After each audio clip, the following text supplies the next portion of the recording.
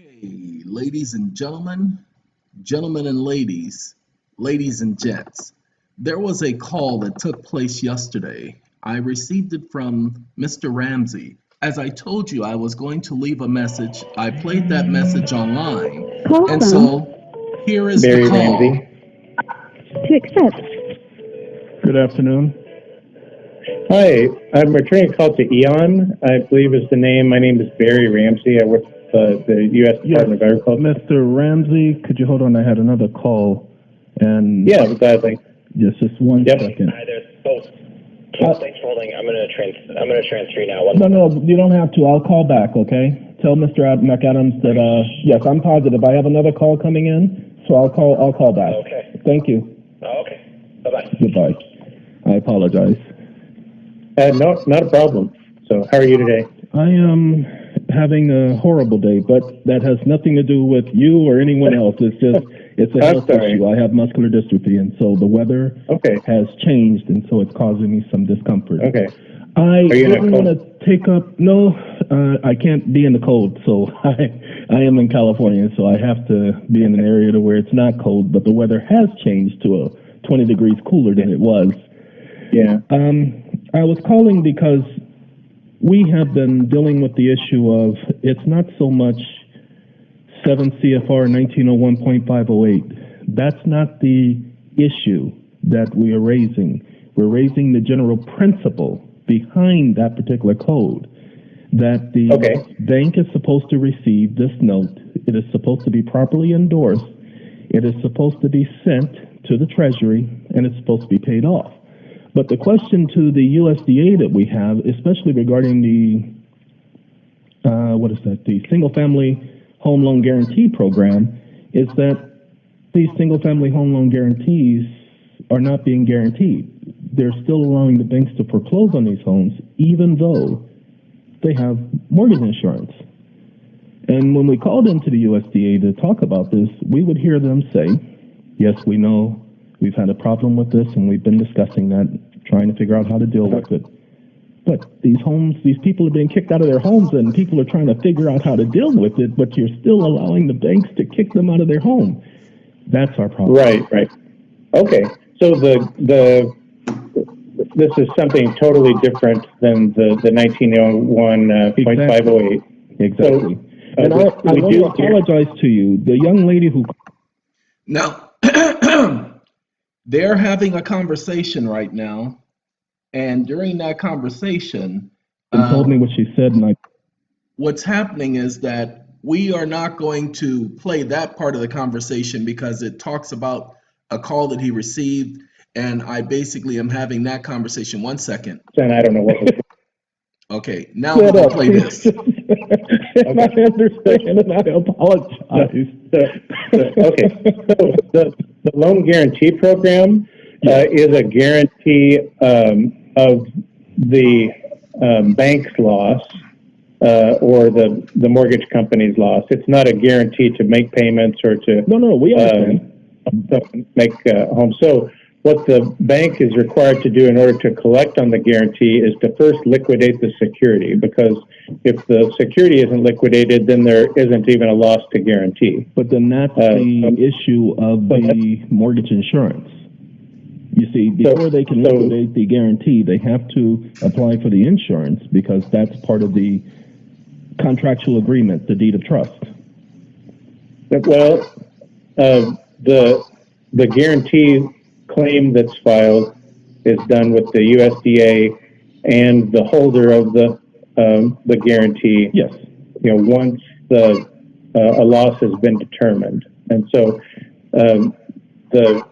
we're not insuring someone's timely payments. We're not. No, we understand that. You're only insuring the actual amount loaned. 90% of the loan is guaranteed. Yes, up to 115, but at least 90, but it can be up to 115% based on the code. No, 115% is the income limit. So the median income of the county is then multiplied by 115, and that's the maximum income to receive a guarantee. Well, that's what I mean. I got that part, but when it comes to them receiving the funds back at par value, the code actually says it can be up to 115%. Me and Mr. Gene Elkins, we went over that previously. I know Gene personally, who retired a few years ago, but Yes. Anyway, well, the guarantee is limited to 90% of the original note amount. Okay. If a bank made a $100,000 loan to a customer, 90,000. then $90,000 is the maximum claim. That's the maximum exposure to the government. But they first have to liquidate the underlying security. So if there's a mortgage, they would have to foreclose the mortgage or approve a short sale or a deed in lieu foreclosure, and then they could file a claim for the loss if they're in the loss. Where does the code say that? Okay, I can pull it up for you.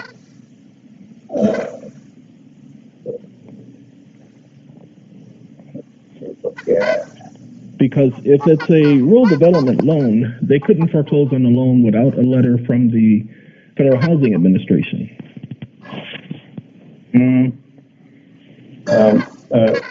I don't think that's correct. But yes, the Federal Housing Act of 1934 requires that. Also of 49 and 2008. The Uniform Non-Judicial Foreclosure Act also requires that letter from the HUD Secretary authorizing the foreclosure, because it's a government loan. So in order for the banks to foreclose on a government loan, they would have to get approval from the government, which is the FHA Secretary's office. Yeah. Our regulation allows the lender to foreclose when the loan is in default. Yes, I'm not disagreeing with that. That the law says that. It's just that the actual code says that they will need a letter from the FHA because it is a government loan. See, the government has to guarantee that they followed due process before foreclosing. See, they were running into problems with banks just foreclosing on people's homes. You've heard the stories about people being kicked out of their home, being foreclosed on, and the banks didn't even have a claim to the property. So the government has always required that they get a letter from the FHA to prove that they went through the due diligence. Okay. Well, yeah, I don't deal in FHA loans, so. No. This is not just the FHA. This is the government requires under the Federal Housing Act that it comes from the FHA Secretary, and how he delegates it to whatever other office, then that's a different thing. Right. So, okay. If you're asking about the losses covered by guarantees, the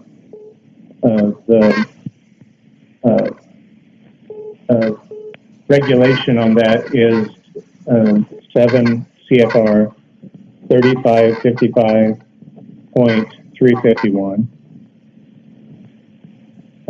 And that's for guaranteed loans, not insured or direct loans. No, and I understand. Okay. You asked for a citation, so I was just looking that up for you. I will definitely take a look at that. Now, my thing is, the Department of Agriculture could not require the banks to secure that home when that home has default insurance, which is there to protect the lender should the borrower default. The banks are foreclosing on these homes while the property has insurance, and it is stipulated in a deed of trust that they are to apply for the insurance. We're finding that the banks are applying for the insurance only after they kick the person out of the home. And we're not able to get these financial records. Now, there's a two-part question. We want to know how do we go about getting a financial record showing the homes that have been foreclosed on that were single-family guaranteed home loan program homes, and how do we get the financial records on the actual insurances that was applied for by these banks regarding these single-family guaranteed home loan program homes?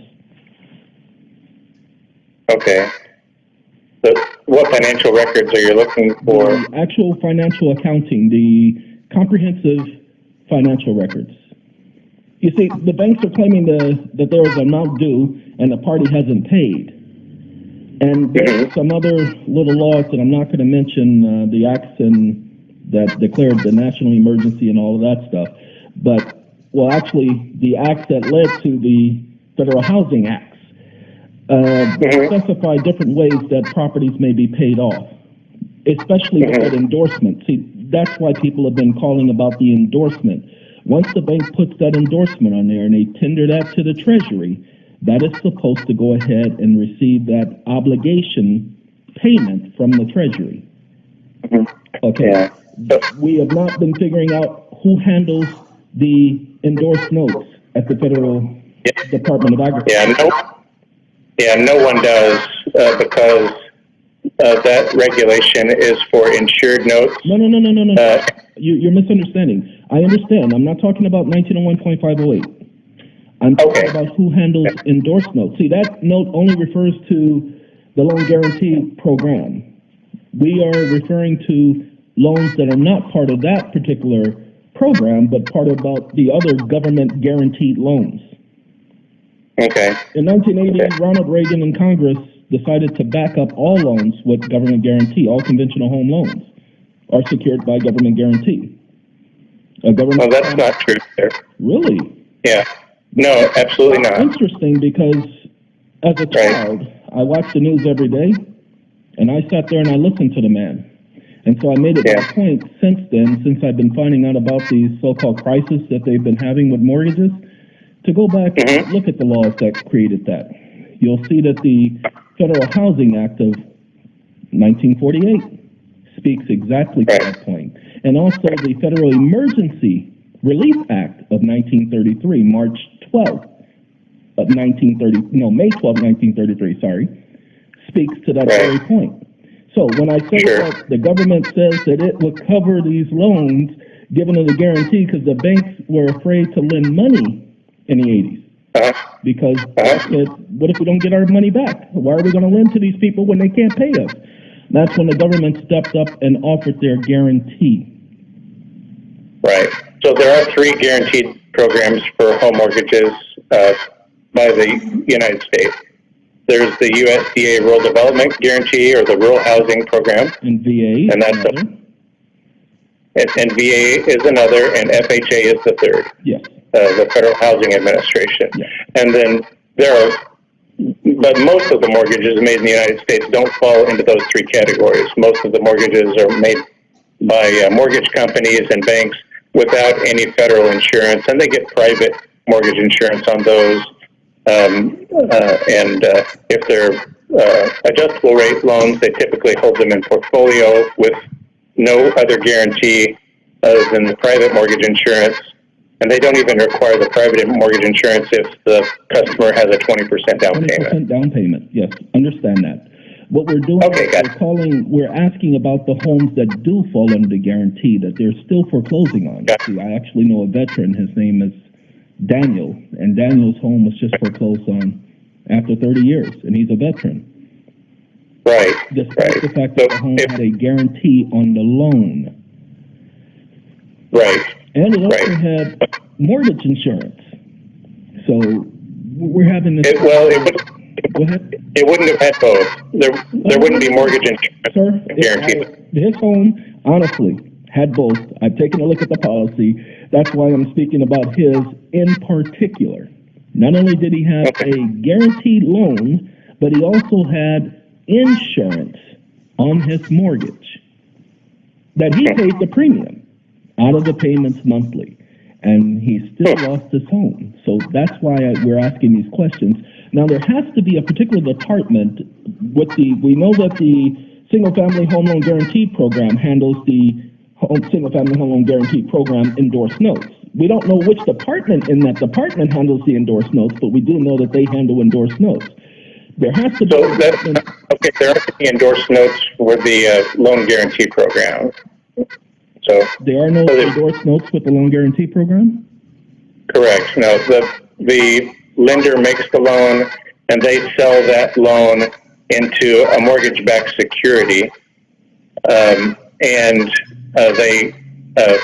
that's where the endorsed note is it's not with a government agency. Well, here's the thing. The code actually says that the notice to be endorsed.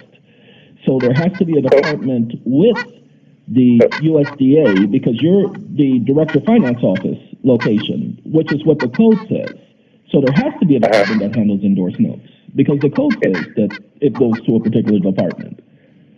So when we don't make loans that we endorse and sell to investors. No, not that you endorse. No. Endorsed notes, not endorsed loans, endorsed notes.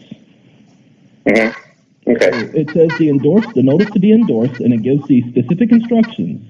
And I am one who actually endorsed the note and paid it. But endorsing a note that you don't own has no effect. Oh, actually, it did. We received a letter back from the bank saying that the note is fully paid off and that they'll be attempting to make no further attempts to collect on that loan. That's fine if a bank agreed to that. No, this was done through the USDA. No, it wasn't. That's the reason why I was in touch with Gene Elkins. Sure. I did it. So if you've got a loan that USDA paid off because of an endorsement, you better believe then I'd love to see that example. Okay, so, I give you the title of the video. Did a full length of videos on it. No, I want you to send me the loan documents. Oh, I'll send you the actual paperwork. I don't have a problem doing that. But I'll also send you the video because the video has all the documents. That'd be great. So I could get down to the bottom because I think there's some miscommunication going on here. So I want to make sure that. Oh no! If you pay attention to me, and I'm not being argumentative, I'm very specific when I speak. Sure. And I have to be that way because I don't want people to misconstrue what I'm saying because that happens a lot. So do you have my email address? I'll give you an email address and you can send me any documentation or YouTube videos that you have. Go right ahead. I am waiting. Yep. It's Barry, BARRY, .Ramsey, RAMSEY, at wdc.usda.gov.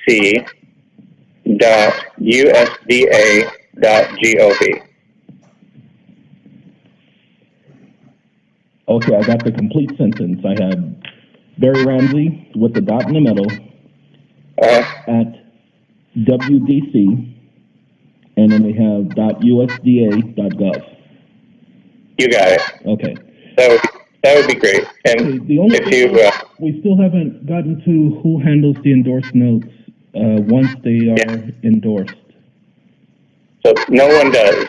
Because that program doesn't exist, but I don't expect you to believe me. I'm just telling you the truth. I wasn't asking about a program. I just know that you guys receive endorsed notes on one level or another because the code says that you're to receive endorsed notes.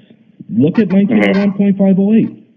It says I know what it says. Delivered. Okay, so I need to know, per the code and per the intentions of Congress, who's operating that portion of the code with the United States Department of Agriculture? That's the question that I've been asking. Right, and you know what the answer is, right? The answer is no one. Code? That's right. Okay. Now, how do I go about getting that in writing so that when I go to the federal district court and I show them this, that someone is blocking access to individuals properly discharging their mortgages, I can show that the USDA is not following the code? Okay. If you send me the email, I'll respond in writing to your email.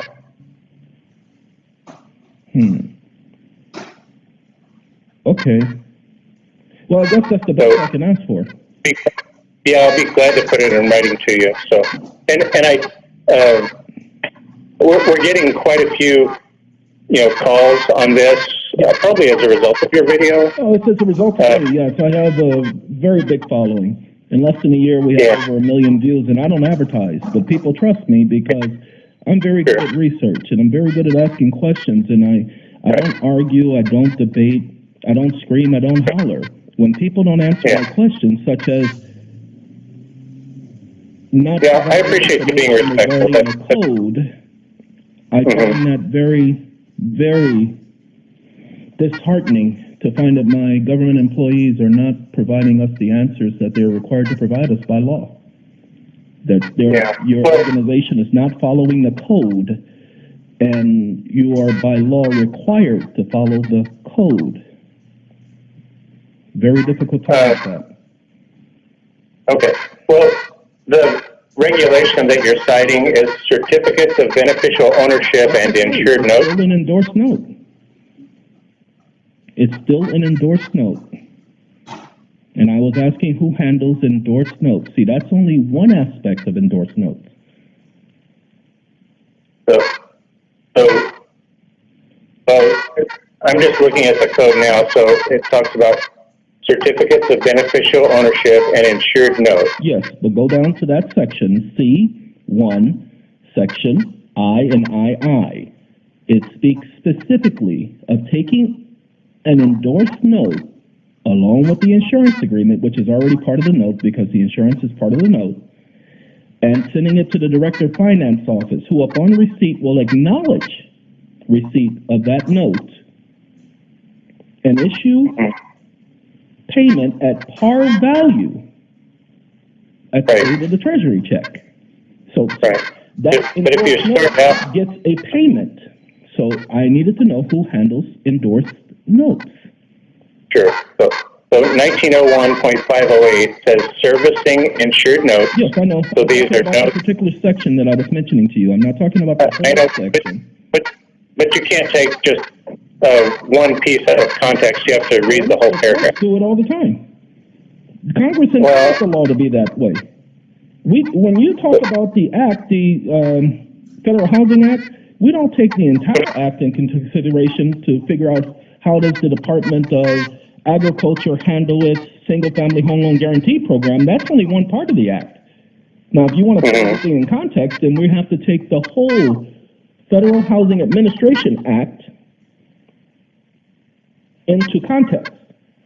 But we're not supposed to do that. We take it by section because that's how it's to be applied. I'm only asking about endorsed notes. Okay. I know it's talking about investors and outstanding notes with investors. I know the code. I read the whole code. But I'm specifically talking about who handles endorsed notes because that's an endorsed note. Okay. But yeah, the endorsement back to rural development for payment would have to come from the owner of that note. That's fine. It says that the holder of the note shall endorse it as follows, and the holder of the note shall deliver it to blah blah blah. I understand that, but I'm not talking about who is to deliver it. I'm asking who handles endorsed notes. Okay. So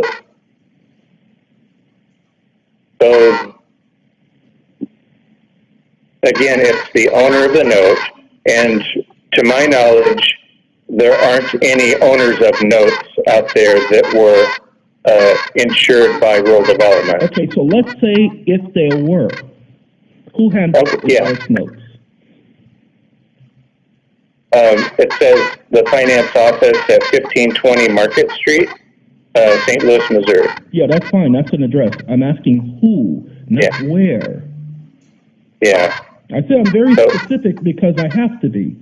That's been my question from the beginning of this conversation, is who, so that I know who to talk to. Okay. Okay, I will go ahead and let you go because you're a busy person, and I want to thank you, and I'll get that email to you. Yeah, I'm sorry this isn't going to be helpful, but I'm happy to respond in writing. Okay, thank you. Thank you so much. Bye-bye. Good afternoon. Hi, is this Eon? This is he. Sorry, I was in the call. I apologize. Oh, no problem. No problem. This is. I apologize for that coming on, but y'all need to give me 1 second. I'll finish this conversation.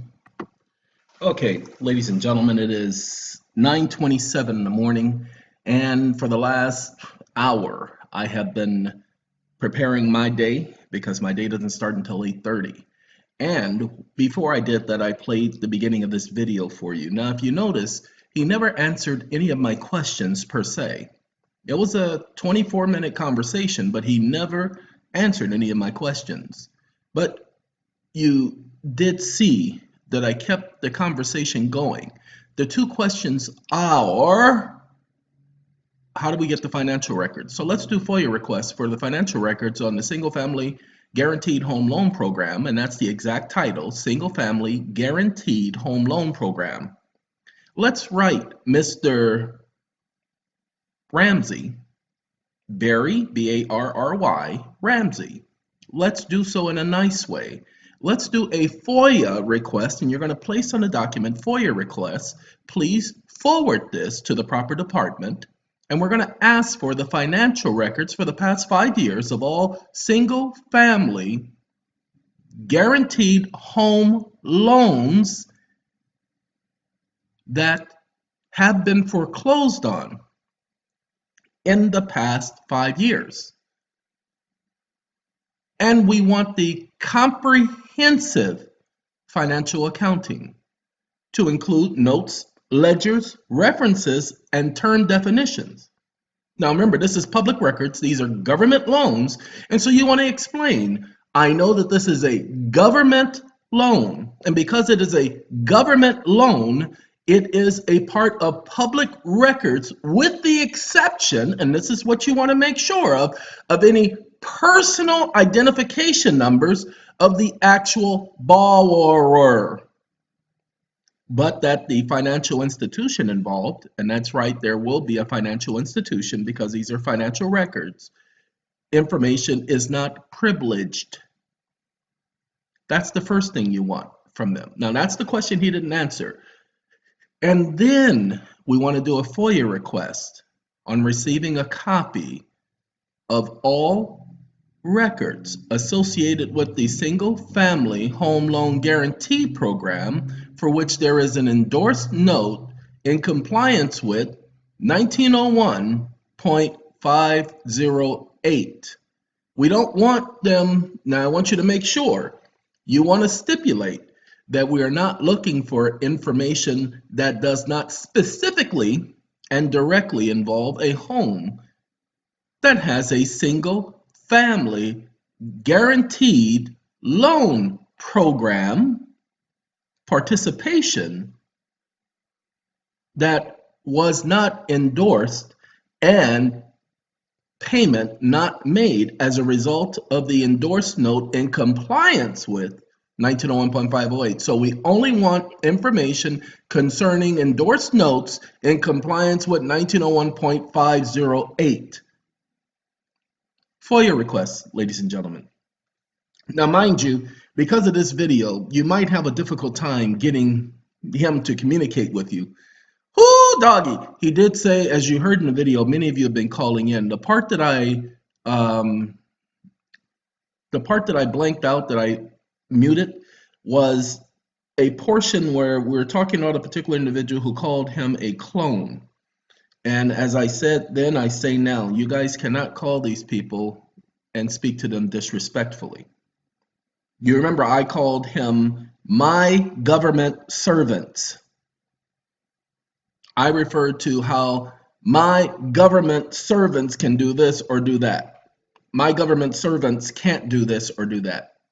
They're my government servants. Now, we don't talk to them that way. We don't demand things and tell them, oh, because you're my servant, you must do what I say. This is not a dictatorship. This is you're letting them know that you recognize that they're public servants, which is the reason I can play the audio on YouTube. First, I did tell him that I would let all of you know. I'm letting all of you know. Second, he's a public servant. He's a government employee, which means none of his conversations there in his capacity as an employee of the federal government are privileged conversations. Nothing the government does is private, ladies and gentlemen. That's why when you hear them talking about government surveillance and privacy acts and the government has no privacy. Remember, it is a public government. Even after, pay attention, 1933, The act that made it a national emergency did not make government private. Government in America can never be private. Government can never be privately owned. What all of you don't understand is the government has never been privately owned. Yes, there have been government-sponsored corporations, such as the United States, but there has never been United States of America is a corporation, because there could never be. There are some people who are saying, well, the corporation ended and blah, blah. The corporation or the United States of America or any other thing has never ended. United States of America still continues to exist. The only thing is your access to the availment of that does not exist. Now, we've come up with several things to help people. We'll keep you informed. Now, I have to go. I'll be doing another video later showing you guys about government obligations. A young man named Ron sent me the information on government obligations. What I'm going to do, now he did try to initially, when he sent it to me, he did try to initially tell me what the Supreme Court said according to what he understood what the Supreme Court said. Ladies and gentlemen, before I do that video, and I will do that video, we're going to talk about this right here. Do you see that? Supreme Court Smith versus Davis, 323 US 111. Now, you don't have to put all the rest of this. You just go to Google and type in this, and you'll be able to pull up this case. Now, Justia, U.S. Supreme Court are always U.S. Supreme Court decision. Okay, well, you're going to find that it's always going to be legal opinion, because you see it says supremejustia.com. Okay? Now, sometimes they'll carry appellate decision. Why? Because from the appeals court goes to the, pay attention, Supreme Court. Now, pay attention, this is certiorari to the Supreme Court of Georgia. Georgia. Oh, Georgia. Anyway, ladies and gentlemen, we're going to be talking about this case in another video. But while you have the time, go over it now. Now, I just want to say something to y'all. I'm going to play this just for a second. This is Taylor Mason. And I want y'all to hear what Taylor has to say. 1 second. Hola, his name is Paco. ¿Cómo está, señor? Let's not go there, okay? ¿Dónde es el restaurante, señor? Paco, sí. Let's not go there. Taco, tico, rico, chico. Paco? Entiendo, rico. Paco, sí. I do not speak Spanish. You don't? No. But I do? Yes.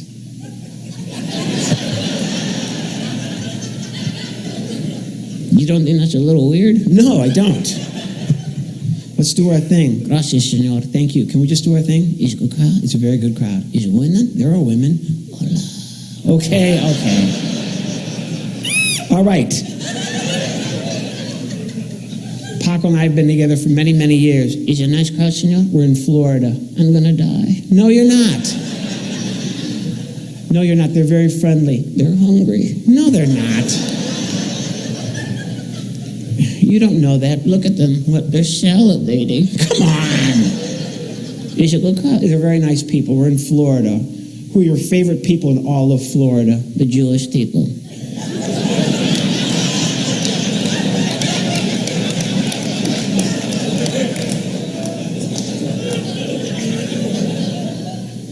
The Jewish people, they leave me alone. Okay, all right. Okay.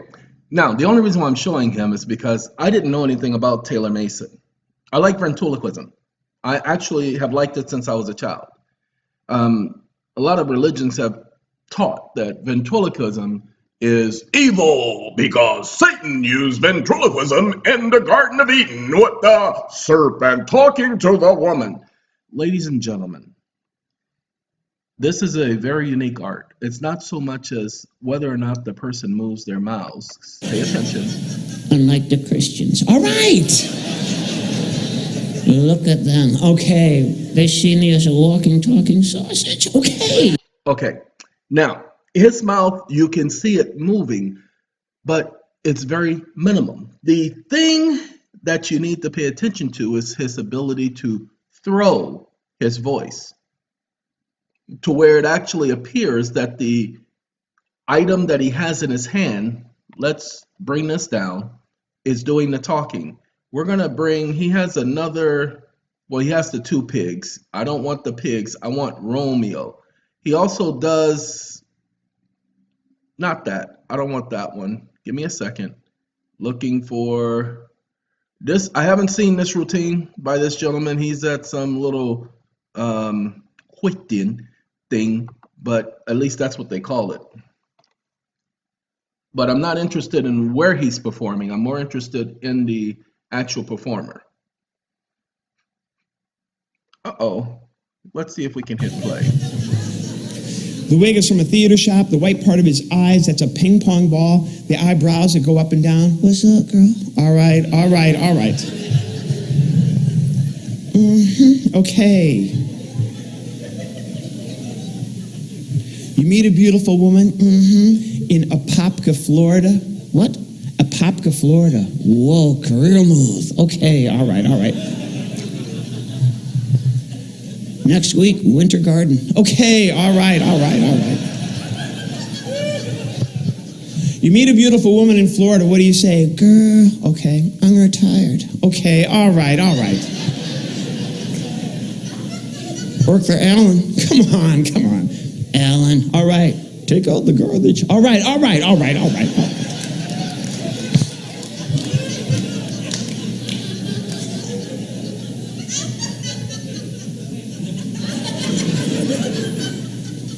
You're out of control. Good crowd? It's an awesome crowd. Can we just do our thing? You are so obnoxious. Where are the pigs? The pigs are on the floor. What are you guys doing? We're staring at the man.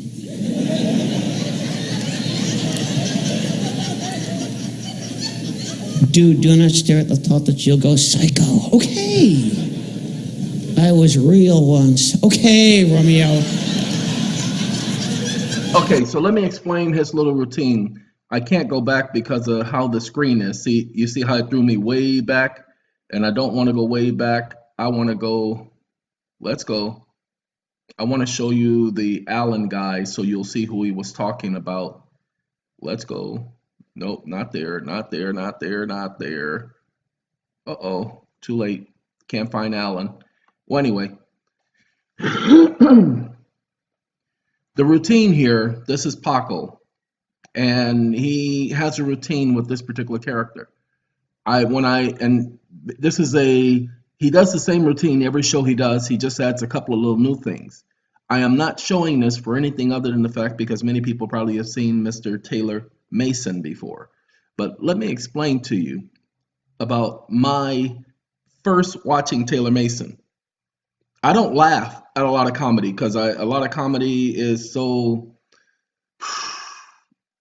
it's so ununique. They have to use cursing and they have to talk about sex or they have to talk about something really embarrassing to shock your conscience. Hold on 1 second. Where are the pigs? The pigs are on the floor. What are you guys doing? We're staring at the man. Okay, his routine is with the pigs, he set them down and he literally says that he's going to set the pig down. He asks the pig, what's the pig doing? The pig says, I'm staring at the man. And this pig says, I'm staring at the man. And so he leaves them there just to stare. And so while they're there, he brings in the other characters and they continue to say,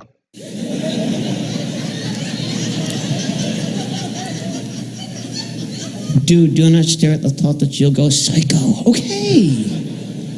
I was real once. Okay, Romeo. Then he has this thing, and I'm just going to tell a little bit of it, that the puppet Romeo says that he went to Match.com and he listed himself as a mannequin American, like an Afro-American. He listed himself as a mannequin American. And the joke is that he also said he was into pyrotronics. And that's in the fireworks and fire and all that stuff. And he said he was looking for a match. And so his jokes are punny, to say the least. But the fact is, the very first time I saw this man, I actually laughed at his jokes.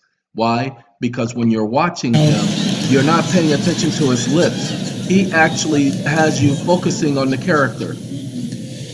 Can we just do our thing? All right, these are hardworking people. I wish I could work. Yeah? and you actually that's a great look thing. at the person Everybody needs to work. That's and one of the biggest things going on in the character country now. that he Put people back has, to work. Really? you look Yes, at what would their you like to mouth, do?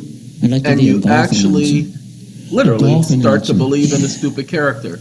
That's Awesome. Why real. golf announcer? All they do is whisper.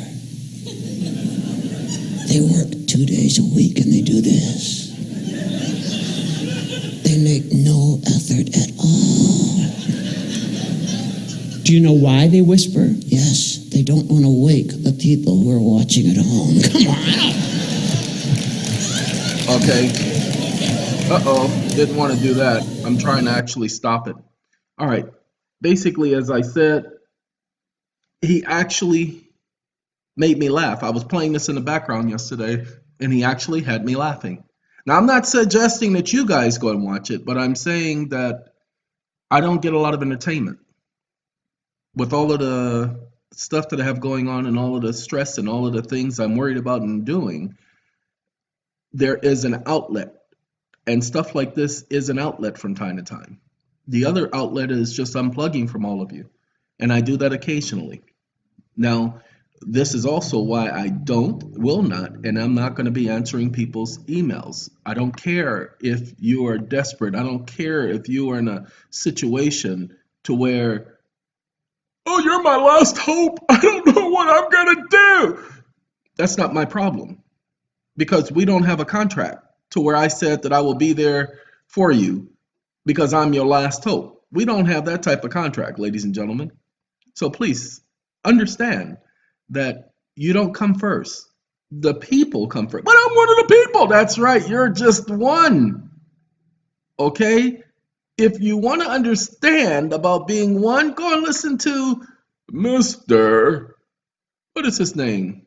Now I can't think of the man's name, and I know he sings Back to One. And dang it, Michael something.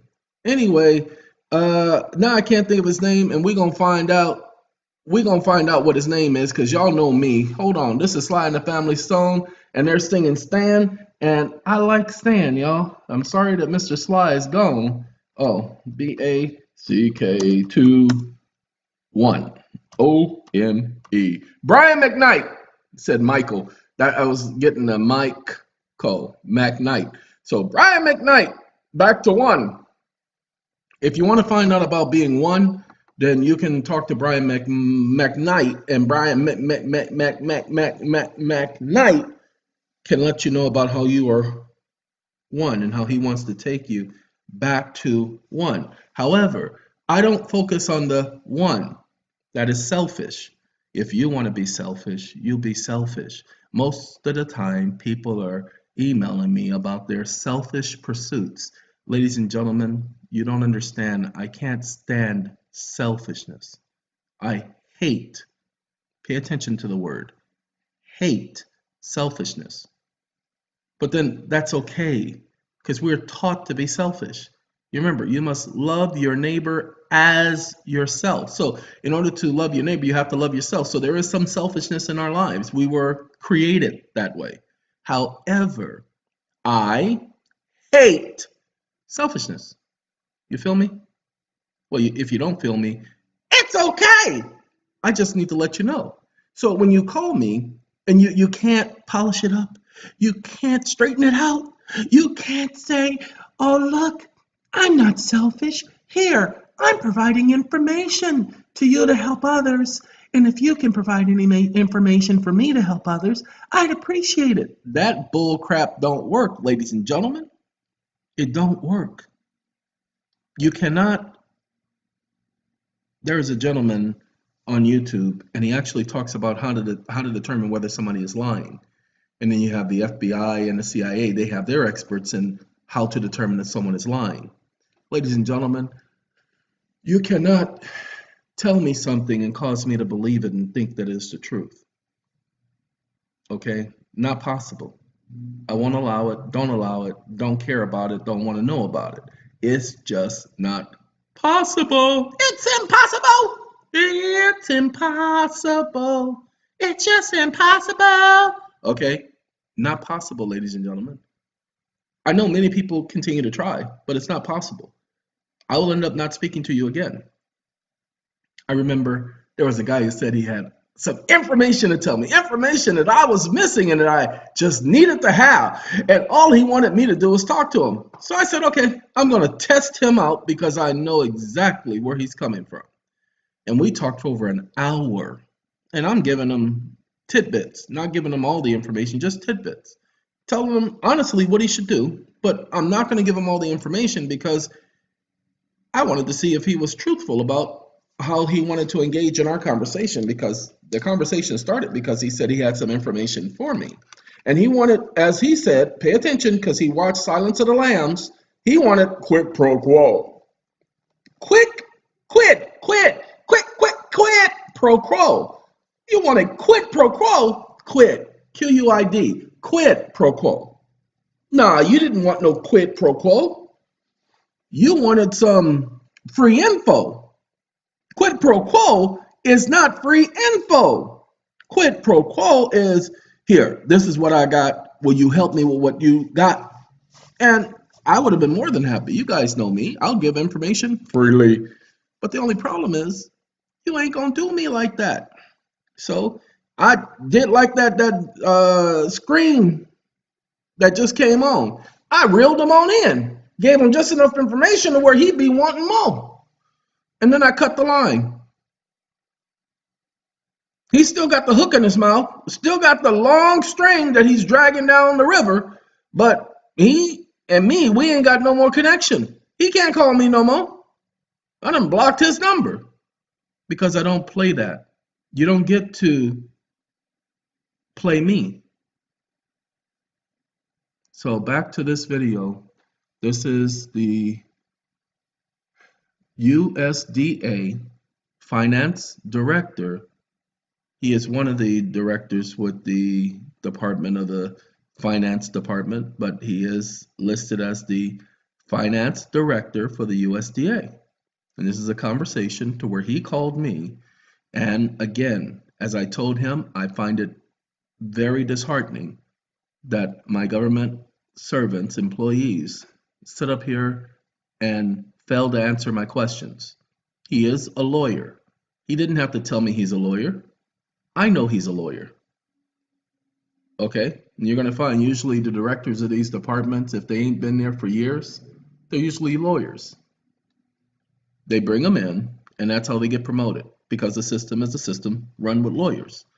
Lawyers can play the word game. You see how he was prepared to only talk about, well, that's talking about loans and investments with investors or outstanding notes. Sir, I'm not calling you about no outstanding notes. I'm calling you just about the principle of the act. I need to know, where do we get this information from? Where do we get that information from? He never gave it to me. He said that I could send him an email.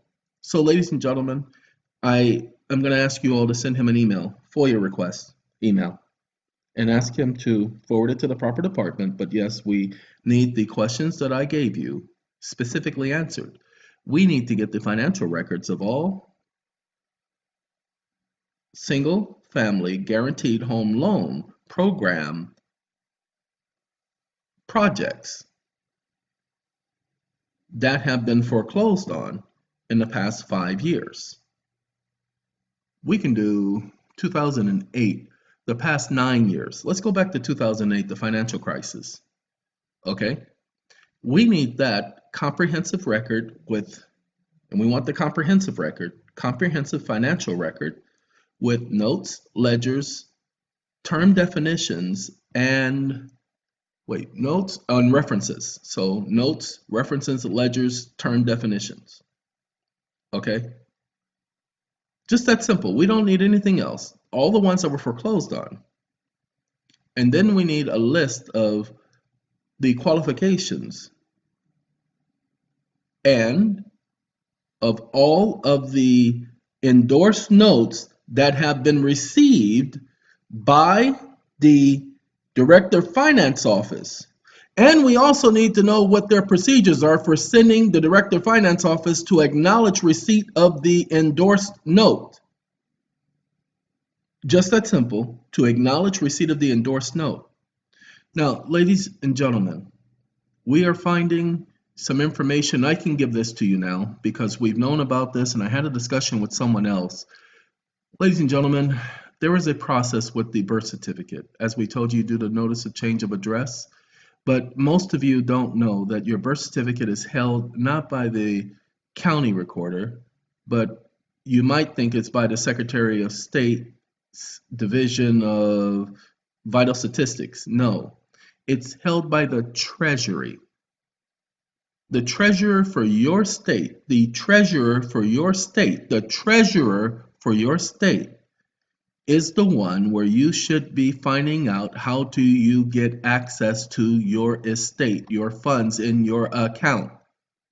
I know it's general, a general question, but please understand, if it were me, I would be notifying them of their obligation and of your resignation of registered agent, and I'd be sending my bills to the treasurer along with the, pay attention please, 445 form. Now, I want you all to understand, I can't show this to you, nor can I talk about it. I have a young lady who lives in Denver, and she has just gone before the, pay attention, federal bankruptcy court. Denver. No, sorry, that's D. No. She lives in New Mexico. Sorry, I'm getting my cities messed up. Hold on.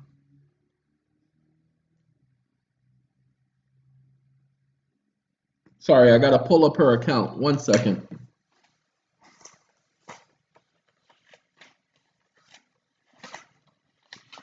Okay, she lives in Arizona. I apologize. And this young lady living in Arizona, I can't tell you where she lives in Arizona because I don't want the district court to flag her account. So that's why I'm just going to let you know. She has delivered a 445 form to the Ninth Circuit Court of Appeals. They have filed her documents and docketed her documents with the 445 form. The only problem is, unlike you all, I sent her a copy of my 445 form. When I sent her a copy of my 445 form, she took that copy and she filed it into the record with the clerk of the court, showing the clerk of the court that they had an obligation. Hold on 1 second. Do you all see this right here? Here is your Ninth Circuit Court of Appeals case number. Here is where they received it. Here is where they filed it. Here is where they docketed it. It doesn't get docketed until the fees are paid, ladies and gentlemen. Here is them accepting the document without the payment of fees. Let's go here. Okay, there we go. Do you see that? Fee payment authorization attached. Do you see that case number? They wrote that on there. I did not write that on there. You see the 7? The same 7 as there.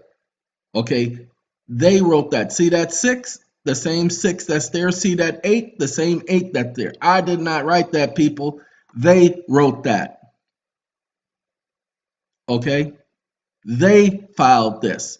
The Ninth Circuit Court of Appeals clerk of the court received this document. Now, this is an administrative writ of mandamus. It's a civil filing. It's under civil procedure, and it costs $700 to file this. I can tell you about it now because they dismissed it. They claim that we're bringing a claim against the court, saying that as an administrative organization, it must follow administrative procedure, and they're failing to do that. And by us doing that, pay attention, they said, y'all can't do that. We ain't got no jurisdiction. Okay? They said they didn't have no jurisdiction. So I gave them originally in the document the right of review. And I told them in my bringing forth the right of review, pay attention. Mommy, he can't move it no more. Not that one. We want to do, I messed up. I know what to do. Hold on, pause it. Pausing. So pay attention. A person suffering legal wrong because of agency's action or otherwise affected or agreed by agency action within the meaning of relevant statute is entitled to judicial review. Well, the courts are federal agencies.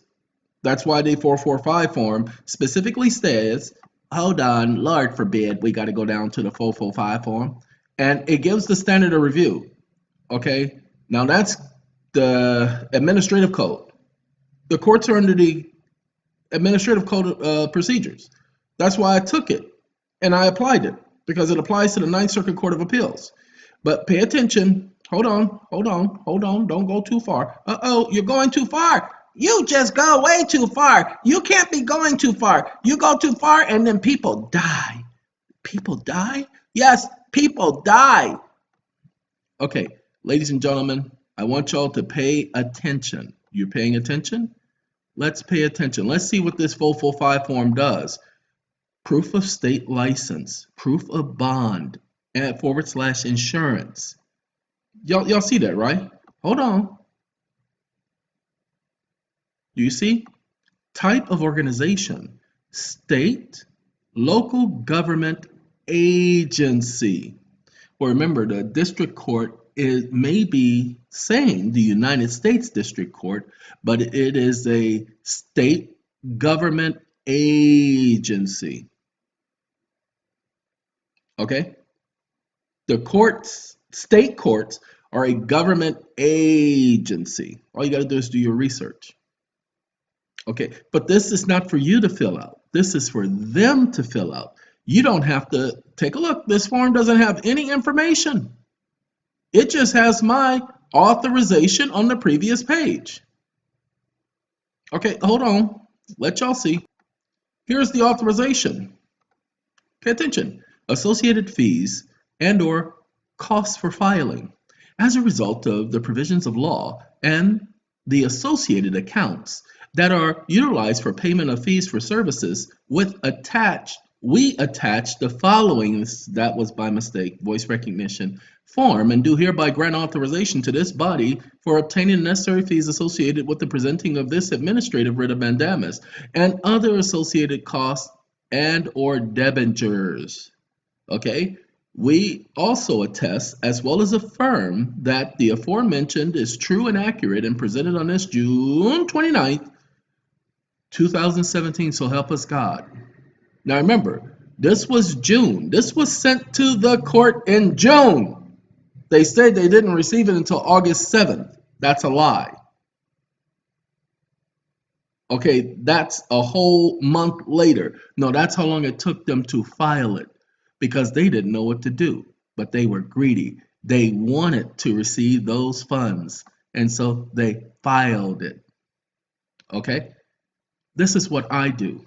I provide you all proof. Hey, this looks like Puerto Rico. But it ain't. But it looks like it, but it ain't. But it looks like it. Ladies and gentlemen, I want you to pay attention to something.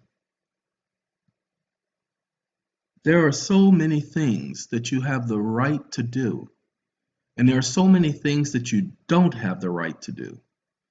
You need to stop insisting on your right.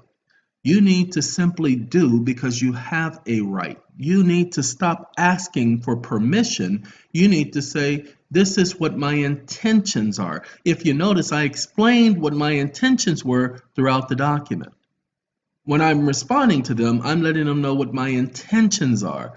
Do you understand that your intentions is the only thing that matters? All the other stuff is immaterial. But we're going to be talking about how you guys are going to be sending in your tendering of payment for your obligations very shortly. So I want you to stay tuned, stay and pay attention, and we will be talking soon. Have a good day, have a good night, have a good life. Whatever it is, may it be good. Goodbye.